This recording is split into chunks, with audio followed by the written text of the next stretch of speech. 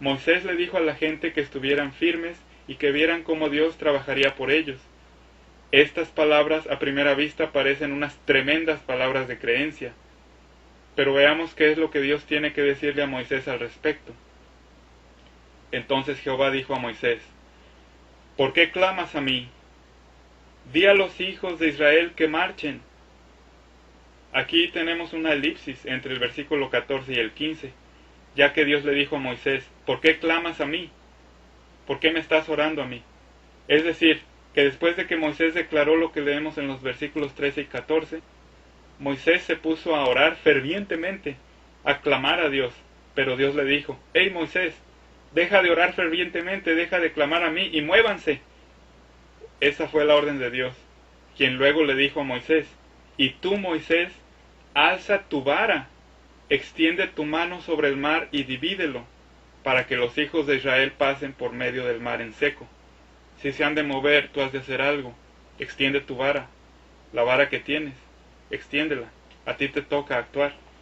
Dios le recordó a Moisés que ya le había dado la vara o cayado con la que Moisés pudiera llevar a cabo milagros, prodigios y señales portentosas. Dios le dijo a Moisés: «Usa la vara que te di, alza tu vara, extiende tu mano sobre el mar y divídelo». Pongo los signos de admiración porque era una situación de vida o muerte. ¿Por qué me pides en oración con tu clamor, oh Moisés, que yo haga algo que yo ya te he dicho a ti, que tú lo puedes hacer? Algo que yo ya te he dado la autoridad a ti para hacerlo. John G. Lake, un evangelista que llevó a cabo muchos milagros en Sudáfrica y en los Estados Unidos a principios del siglo XX, concluye así sus propias observaciones de este relato. Muy frecuentemente nuestra oración se convierte en un refugio para esquivar nuestra acción creyente. Muchas veces nuestra oración es ofensiva para con Dios, porque en vez de orar, Dios demanda de nosotros que ejercitemos nuestra vara de creencia y que dividamos las aguas. Esta es la más poderosa lección que la palabra de Dios contiene acerca del tema de oración y de creencia. John G. Lake, His Life, His Sermons, His Boldness of Faith. Su vida, sus sermones, su firmeza en la creencia, su confianza en la creencia. Fort Worth, Texas, Kenneth Copeland Publications, 1995, páginas 413 y 414. Lake también relata el hecho de que un pobre pigmeo africano, cuya única posesión era la de su taparrabos, fue capaz, cuando creyó en el poder espiritual que Dios le había concedido en Cristo, de sanar rápida y milagrosamente a unos 75 leprosos. ¿Qué hay acerca del poder espiritual del don de Dios manifestado por nosotros? Los ultrarracionalistas, elaboradores de clasificaciones, de definiciones, de cursos y de libros de texto.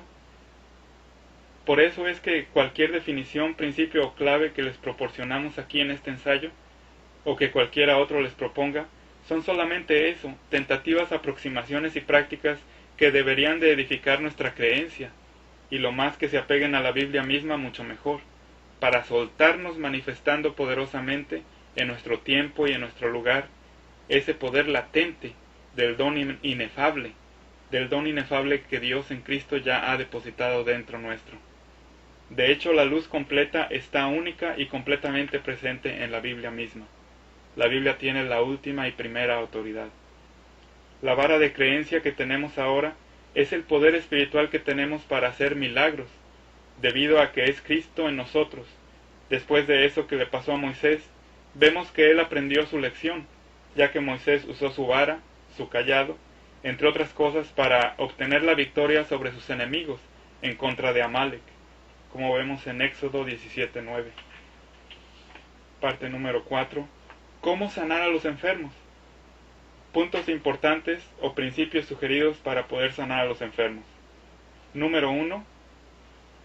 Tú eres el que habla o quien le proclama a todos aquellos que tienen necesidad de sanar. Tú eres el que les proclama que ellos pueden ser sanados. Este es el primer y más importante punto. Después de que ya hemos entendido que todas las manifestaciones del Espíritu Santo se basan en las mismas claves que son necesarias para el hablar en lenguas aparece como la primera manifestación, que antecede a todas esas multitudinarias y poderosas conversiones descritas en el libro de Hechos, antecediendo también al resto de las sanidades allí descritas para esta, nuestra nueva era de gracia. Todos aquellos que necesitan ser sanados deben de desear su propia sanidad, intensamente, fuertemente, potentemente, y deben de creer para ser sanados. La fe viene por el oír, y no el oír cualquier cosa, sino por el oír la palabra de Dios, como dice Romanos 10:17.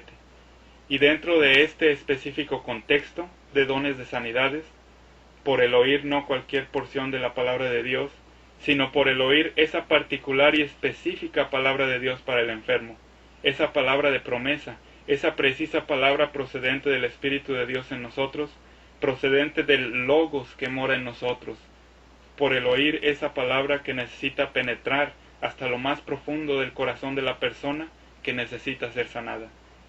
Y entonces esa persona recibe la fe o creencia, la confianza necesaria para creer que ella puede y ciertamente va a ser sanada. Es por eso que Jesucristo primeramente predicó las buenas nuevas de liberación antes de sanar a alguien. Mateo 4, 23 y 24. Y rodeó Jesús toda Galilea, enseñando en las sinagogas de ellos y predicando el evangelio del reino. Esto es muy importante, predicar el evangelio del reino. Necesitamos informarnos con todo detalle cuál es nuestra esperanza, cuál es el reino futuro que viene sobre la tierra. Porque esto de sanar enfermos es una probada, es un anticipo de lo que tendremos en el futuro eterno, en el futuro sin fin. Y rodeó Jesús toda Galilea, enseñando en las sinagogas de ellos y predicando el evangelio del reino, y sanando toda enfermedad y toda flaqueza en el pueblo. Y corría su fama por toda la Siria, y le trajeron todos los que tenían mal, los tomados de diversas enfermedades y tormentos, y los endemoniados y lunáticos y paralíticos, y los sanó. Mateo 9:35. Y recorría Jesús todas las ciudades y aldeas, enseñando en las sinagogas de ellos, y predicando el evangelio del reino, y sanando toda enfermedad y toda flaqueza en el pueblo. Enseñando y predicando las buenas nuevas, siempre precedió, siempre fue lo primero, antes de impartir dones de sanidades.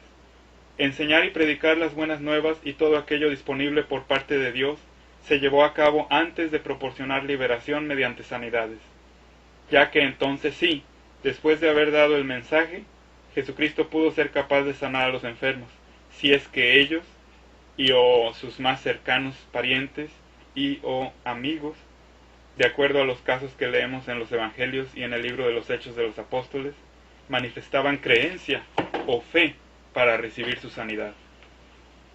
Jesús anduvo primero enseñando y predicando las buenas nuevas, primeramente en Galilea, luego Jesús recorría todas las ciudades y aldeas cercanas, y enseñaba en las sinagogas, así que su fama se extendió por toda Siria, y entonces la gente le llevó a los enfermos para que finalmente Jesús los sanara, y Jesús sanó a todos los enfermos, ni uno solo fue pasado por alto. Aun cuando los niveles de creencia individual de cada enfermo y de sus familiares variaban, Jesús siempre encontró la forma de edificar su creencia, de ellos y de él mismo, hasta el punto de recibir su sanidad completa. Esta fue la metodología que exitosamente practicó Jesucristo. En otras palabras, Jesucristo no hubiera podido sanar y liberar a la gente si la gente no hubiera primeramente creído para ser sanada. Y desgraciadamente dicha incredulidad se documenta que pasó en Nazaret. Mateo 13:58 nos dice: y no hizo allí muchas maravillas a causa de la incredulidad de ellos. Marcos 6:5. Y no pudo hacer allí alguna maravilla, solamente sanó unos pocos enfermos, poniendo sobre ellos las manos. Qué desolador cuando toda una ciudad, nación o el planeta se llenan de incredulidad. Y eso va a pasar en los días del Apocalipsis. Pero ahora estamos en otro tiempo. Ahora sí hay gente que crea.